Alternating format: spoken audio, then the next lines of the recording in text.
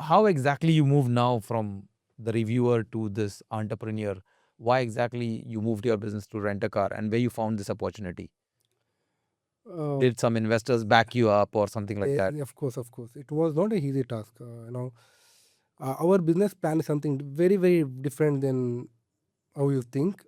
But to convince the investors, to convince the parties, or for the plan which I have, it was a difficult task. I approached so many people, and then ultimately, some our investors agreed. Actually, one point you told me that is very true. When you are buying a car, instead of just looking at the car, you always need to rent a car. First of Mm. all, that is always a good thing, and I do not think everybody is doing that. Actually, there are people who are doing that. Actually, 50, at least I would say 50, more than 50% of people who are trying to get a car. Let's say, if not rent a car, they will try the car from the Friends agency itself. or their friends. Yeah, they will do that. That's always good, and that's always a good thing for the rent a car company as well, as a business perspective. Talking about my part, see, I always wanted to do something related to cars. I always wanted to do. Yeah, which I've seen in your journey. I mean, Yeah. you're passionate about, Oh, yeah, yeah, madly yeah. passionate about cars. Exactly. And in fact, 1 year ago, I got an opportunity. Some investor came and said, "Okay, we're gonna start a restaurant. You be a part of restaurant, Mm. and we will just run it. We'll invest it. You take your shares." And it. I said, "Yes, I'm an influencer. I can bring in the business, but I don't something. How do I put value? What value I can add in the car field? I can add value with whatever knowledge I've acquired from the past 3 4 years." Then I denied that. Then this idea is actually kind of in. It's an interesting story actually. One guy came from India and he told me that, hi bro, I need to rent a car. I was not into associated with rent a car that time, and was like, okay, fine. Then I just called rent a car people who I know, and I just connected with them, and I made some 5,000 dirhams in a day. Okay. I just made. I didn't Okay. do anything. I didn't Okay. Okay. anything. Then As a reference. as a reference, then it's been like almost a year and a half, I guess.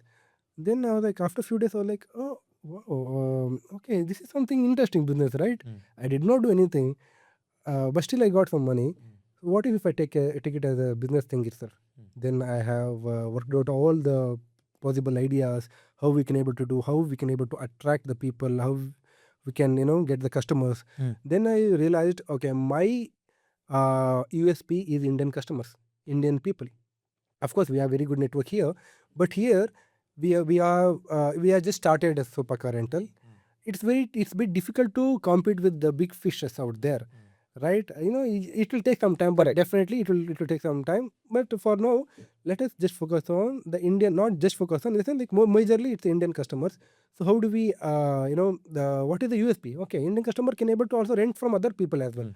But one of the things which I've seen is the trust issue, Mm. the trust, and the feeling of expressing the problems. Mm. I'm here. They have been seeing me from the YouTube and Instagram. They know me, and let's say if they have any problem in the car, they can at least they have somebody to who can listen to them, Mm. right? That is what I do. You have any problem?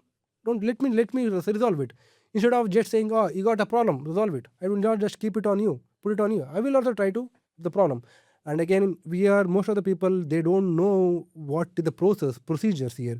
And we have a team. We can talk to their own our own language, and wherever they're coming from, we can guide them completely. We are not just a company who just rent a car. We always try to make sure that the customer is secure, using the giving them the hidden thing as well. Like most of the time, what happens in rent a car company, even though I'm rent a car, I'll tell you, they charge you for the scratches, Correct. right? When you take the Lamborghini or any, why I'm saying Lamborghini, because Lamborghini is my favorite car. I always get the brand Lamborghini. When you take a car, you just okay, take the car, sign the agreement, drive the car, right? Mm. That is one of the dumbest thing you do. Mm. You always need to take a picture of the car, 360-degree, under the front clip, under the back. Mm. What happens when you return the car? Whoever it is, they will check the car. Okay, let's say you have not taken any image videos, and there is a scratch. Mm. So he can tell you that the scratch, you made the scratch, Correct. and you don't have any proof to prove that it's Correct. not yours. Correct.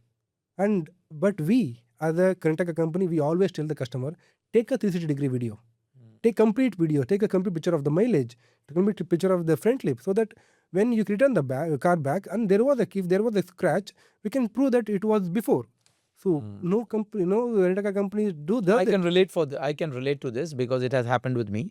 Yeah. And see, most of the time, what happens is you have friends coming from India, and you know what they want. They just want a photo with it.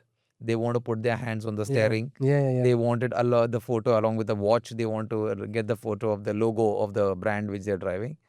And maybe they want to take you somewhere in the deep desert and remove some photos. You sitting on the car or standing with the Yeah. car or something like that. So I had the similar experience. So when I went with one of my friend, but actually that time it was not a supercar. We took a Nissan petrol for off driving. So for off-roading we went, and one of my friend came. So we took it from a rent-a-car, and I seen there was some wire hanging at the back. I did not actually tell him that. So when the car came, the driver came, he gave it to me, we took it, we just desert drive for sometimes, maybe 15 or maybe 1 hour. And we came and we said, we run, you can take your car back. He says, this wire has been hanging because of you. And I said, no, it was there it was there when I took it. But no proof. He said, you never told me this. So now you have to pay us 3,000 dirham. I said, what? I bought this car for 500 dirham for the whole day, and now I have to pay 3,000. Yeah. This was really bad. And then lastly, I had to pay because they have an app to blacklist you and all those things. And lastly, we somehow compromised. We paid 2,000 dirham or something like that, and we wrapped up this. See, I wouldn't say they were trying to scam. Maybe there are two ways to look into everything. Okay, they might also not know. Something might have happened, but the problem is we didn't take any videos or something. Yeah. That is something no rent-a-car company will tell you. I'm telling you, no company will tell you. Then it's like, okay, please sign the agreement. You don't read the agreement. You know what are the clauses in the agreements. But you just sign it and we're very much excited on what the car. We just need to drive the car. But here, as I told in DRS, driver supercars, we always try to make sure the customer is secure. Customers know every main points of the rules and every main rules of the rent-a-car.